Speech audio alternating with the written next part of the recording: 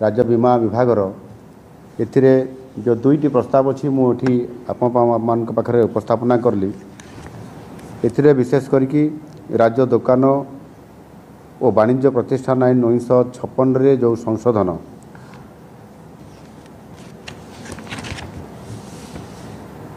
विशेष करके राज्यर शिल्प और व्यवसाय परिवार सहजता को उन्नत करने एवं अधिक आर्थिक कार्यकलाप सृष्टि करने आउे यह कैबिनेट को अनुमोदन निमंते अणा जाइथिला। एथिरे ओडिशा दुकान और वाणिज्यिक प्रतिष्ठान आईन 1956 रे और कारखाना आईन 1948 रे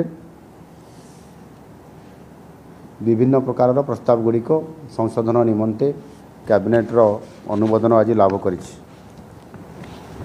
प्रथम है ओडिशा दुकान एवं वाणिज्यिक प्रतिष्ठान आईन 1956 व्यवस्था गुड़िक 20 किंबा ततोर्ध्व कर्मचारी को नियोजित करिथिबा दुकान और वाणिज्यिक प्रतिष्ठान पई लागू हब, परंतु समस्त दुकान और वाणिज्यिक प्रतिष्ठान रे नियोजित कर्मचारी संख्या